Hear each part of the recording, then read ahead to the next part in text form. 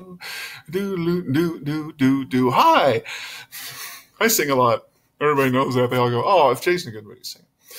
Anyway, so we talked about basic computer being the same. We're past that now. We're on to the wonderful thing about scaling things.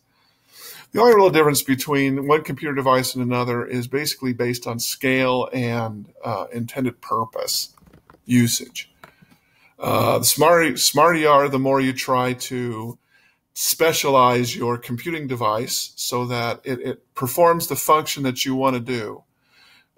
So you tend to scale it that way, and you also tend to figure out, given the mix between compute and storage and network, how much of each one that you need for a particular application. So we're going to talk about some differences between different computing devices, and these usually come in the form of scaling.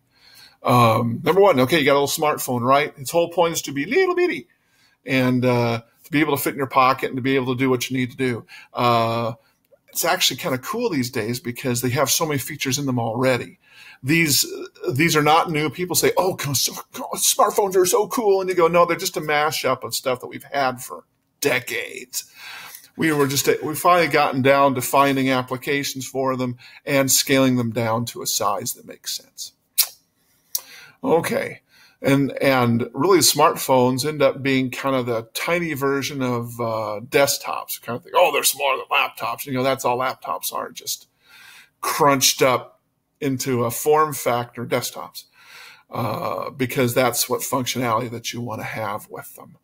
Smartphones don't typically have keyboards. I've got one that's got a keyboard. It used to be called a BlackBerry, and those are kind of falling out of favor. Things come and go, and sometimes they were great ideas that just didn't hit a certain marketing point, and everybody went someplace else, and everybody else has to go that way too. And you lose some innovation that way as people just chase each other's tails. It's kind of weird to talk about. When we switched from the BlackBerry motif, which had an actual physical keyboard on it, it was a thumb keyboard, and everybody loved thumb keyboards for a while. And then it switched over to the iPhone sort of way of doing things, which is everything's virtualized on that screen. You need to type something, a little virtual keyboard pops up on your screen and you type on that. It's not quite as tactile as a thumb keyboard, but it's okay. Anyway, so here comes some more scaling things. Routers and switches. Most people don't think about those computers. Those aren't computers. And you go, yes, they are. They have all those pieces. They have a compute piece and a small storage piece and a big networking piece, because that's the big thing. It usually goes as hard as it can. It tries to go from network to compute right back to network as quickly as possible. That's what makes a good router or a switch. As microprocessors, as those things have gotten faster, you can do a lot more things. There's different levels on the OSI scale, and you guys don't know what the heck that means, and you're probably not going to get a really big picture of it from either this textbook or this class, except to say that you can make decisions.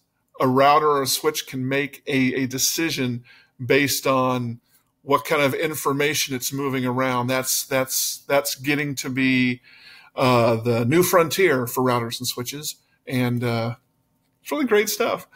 When you try to filter your internet to make it so that certain smutty websites don't get through, that can be handled by a router or a switch under the new kind of paradigm that's going on, where they can actually look inside the information that's going past it really fast, and it can say, oh, this is bad stuff. We're not going to deliver this. And that's a wonderful thing. It's a wonderful service. A lot of people want it. So you'll see more of that capability, probably even getting down to your own personal router or switch in your house.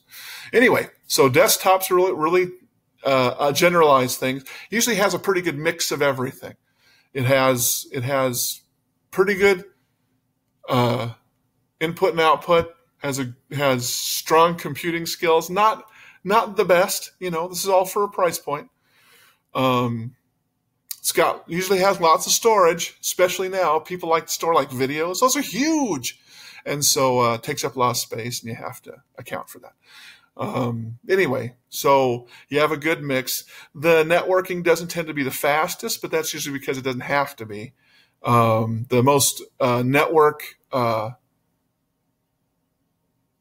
centric application that most people have on their desktops is video. And right now, the stuff works okay. You don't have to have the amazing 10G stuff. It usually has to do with how fast is your normal internet connection. And if it's only 1G, or it's not even that. If it's usually 1 meg or 10 meg, the kind of networking you have now is perfectly adequate. You don't have to get amazing stuff. We already talked a little bit about network attached storage on previous videos, so we're not going to talk about a lot about that. It's specialized really hard for storage. Storage is supposed to be huge. Processing is very small because you don't need a whole lot of brains to just move files from a disk onto your network piece. Servers are really interesting in that they are designed differently. They have different kinds of parts. You'll have specialized processors, specialized hard drives, specialized everything. And it's really made for, the most important thing about servers is they're always turned on. They never turn off. So they have to be kind of meaty when it comes to cooling and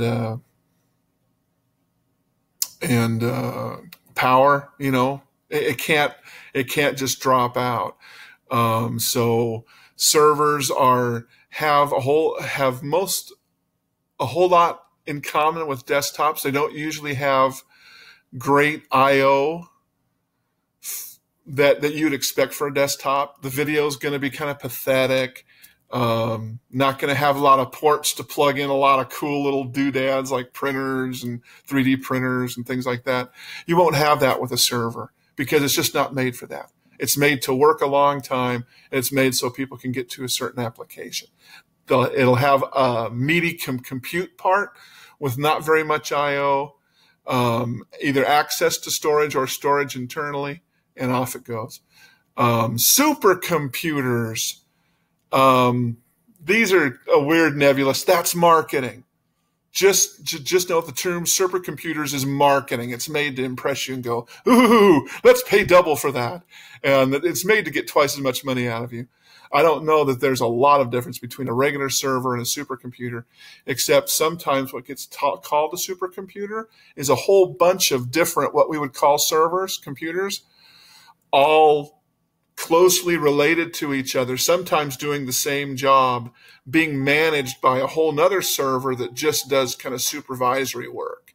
And it's mostly job-based. You'll tell it, I want you to compute the number of stars in the universe. And it'll shove that job, chop it up into little pieces, and send it to several different computers so that the answer can come back more quickly. And that's often what a supercomputer does. Oh, I'm still not going to have much time for the second part, which is the two different paths. This is what managers have to deal with all the time, is how do you allocate resources to handle things? Here's something to think about. And here's something that you can take the cleaners. Anytime somebody calls something hard, there's probably something that they're trying to say. Number one, it's usually dedicated. In hardware, it is the way it is. You can use it for other purposes, but it's not going to be very good at them. It's usually very fast. It's expensive. So usually when you're talking about something hardware, hardwired, its biggest thing is to be fast. And you're usually willing to pay a premium to get it fast. If it's soft, if it's based on software or things like that, it's usually very flexible, which means you can take the same hardware and use it for different things. That's really useful when you don't have a lot of resources for hardware. When you buy a piece of hardware, you want to use it for everything you can. So you like it to be flexible. It is going to be slower, but the wonderful thing is it's also going to be cheaper too. And that's important. You know, that's just as important as everything else is hitting a certain price point for a product that you're trying to put out there. So the big question for all you managers out there is, which way do you want to go? What applications do you want to handle in a certain way? This is Jason Nemro. Have a great day, managers.